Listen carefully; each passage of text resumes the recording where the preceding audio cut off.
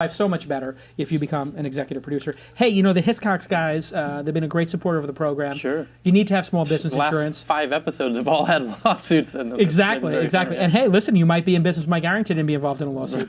So just for the Mike Arrington factor, you're going to want to have Hiscox insurance. If you take money from the Crunch Fund. If you take money from the Crunch Fund and he winds up suing you for being an angel, being one of his investments. Sure. Interestingly enough, I'm going up to be in a deposition for the whole Juju Pad case. I'm like, what do I have to do with the stupid Juju Pad, the Crunch Pad? And now they want me to testify against Mike Arrington in not court, but like a deposition. So I'm gonna videotape it and release it as an episode of This Week in Startups. That's probably why he called. Maybe he wanted to touch base with me if I was gonna bring up A, B, and C, which you know what A, B, and C are. Sure. In the deposition. I won't bring up A, B, or C. I'm gonna just. Anyway, hey, let's roll that Hiscox tape. I had the Hiscox folks back. Hey everybody, it's Jason Calacanis, the host of This Week in Startups. I'm here with Jim Whetstone. He is a senior vice president at Hiscox, a great insurance firm. You're going to answer some basic questions about insurance for some of the entrepreneurs in the audience. Yep. What makes you guys different than all the other insurance providers out there? Well, one, I think it's telling that you guys know about us and that startups are starting to pay attention because it's an area of focus for us, more so than I think other companies.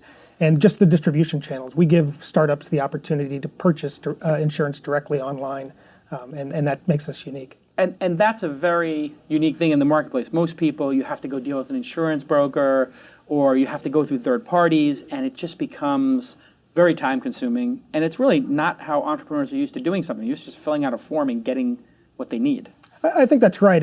In that stage of their development, as they get bigger, I think it is important to have that broker that can help you, understand. But certainly, as a startup, having the ability to just get online and get the insurance you need immediately is definitely a benefit. That's a great first step. And then maybe when you hit 25, 50, 100 employees, that's when you need to get a broker maybe to help you. Yeah, and I think it varies by company when they're, because the broker is a consultant to them. They can provide some risk management consultation. So what is the basic insurance that everybody needs to get for their company? Because you hear a lot of different terms. Do I need director's insurance, general liability? What would you advise my 3-4 person angel invested in startup company to buy? Well, there's certainly all forms of insurance that you can purchase. I think the one that we're most focused on is errors and omissions insurance, if you will. So the company has made a mistake and somebody's going to sue them. Whether they've made it or not. Somebody claims that you didn't live up to what you promised. You infringed on my software copyright. Those types of incidents. That's really what we're providing insurance for, is where it's the company has made a mistake and somebody's suing them, claiming that they were harmed. And the key thing you said in that sentence is you don't have to be wrong to get sued. That's absolutely right. I mean, we see that all the time, where it's just an allegation that you've done something wrong, whether you have or not. And just hiring an attorney to defend yourself against that can be very costly. Right. And most startups are not going to have the funds to fund that absent of insurance. So if I don't have insurance and I get a letter from somebody saying like, hey, here's big law firm, you guys infringed upon us. If I don't have insurance or I do have insurance, what is the process like?